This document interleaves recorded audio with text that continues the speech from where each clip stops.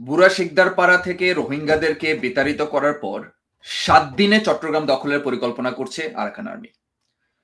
পরিকল্পিত গণহত্যা ও জোরপূর্বক উচ্ছেদের মাধ্যমে রোহিঙ্গা মুসলমানদের বিতাড়ন করে সন্ত্রাসী গোষ্ঠী আরাকান আর্মি ইতিমধ্যে মিয়ানমারের বুড়া শিকদারপাড়া গ্রামকে তাদের সামরিক ব্যবস্থার জন্য একটি কৌশলগত ঘাঁটিতে রূপান্তর করেছে। বিশেষভাবে উল্লেখযোগ্য, এই গ্রামে রোহিঙ্গা জনগোষ্ঠীকে নির্মূল করার ঠিক পরপরই সেখানে একটি উচ্চ পর্যায়ের গোপন সামরিক বৈঠক অনুষ্ঠিত হয়, যেখানে আরাকান আর্মির কেন্দ্রীয় কমান্ড থেকে একটি স্পষ্ট সামরিক নির্দেশনা দেওয়া হয় যে চট্টগ্রাম 7 দিনের মধ্যে দখল করতে হবে। এই ঘোষণাটি নিছক কোনো হুমকি নয়, বরং এটি বাংলাদেশের ভূখণ্ডের বিরুদ্ধে একটি সুপরিকল্পিত, সমন্বিত এবং কৌশলগত আগ্রাসনের সরাসরি বার্তা। মিলিটারি দৃষ্টিকোণ থেকে এটি একটি পূর্ণাঙ্গ হামলার প্রাথমিক ধাপ, যেখানে একটা এলাকা খালি করে অপারেশনাল বেজ প্রস্তুত করা হয়েছে এবং সন্ত্রাসীদের মাধ্যমে সীমান্ত অতিক্রম করে সরাসরি আক্রমণ পরিচালনার পরিকল্পনা নেওয়া হয়েছে।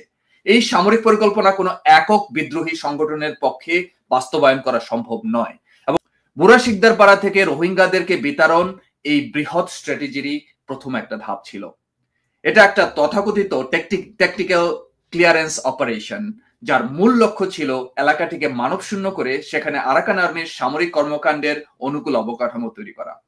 এরপর ওই অঞ্চলে সামরিক মহড়া, গোপন অপারেশন ও সীমান্তের নিকটবর্তী কৌশলগত অঞ্চলগুলো দখলে নেওয়ার পরিকল্পনাও শুরু হয়েছে।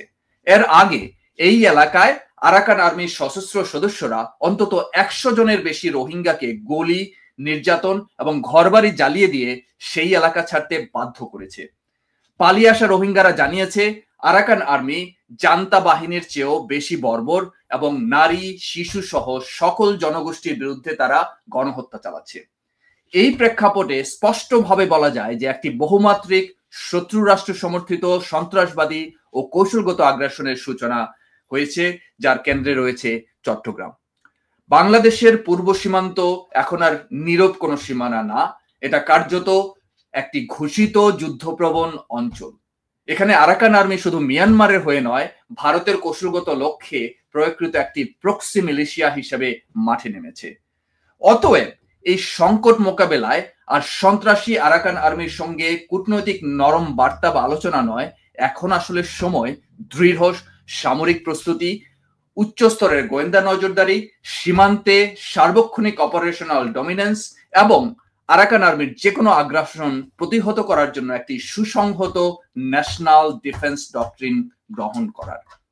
এই হুমকি উপেক্ষা করা মানেই আগামী দিনে আমাদের দেশের অভ্যন্তরে যুদ্ধ আমন্ত্রণ করা।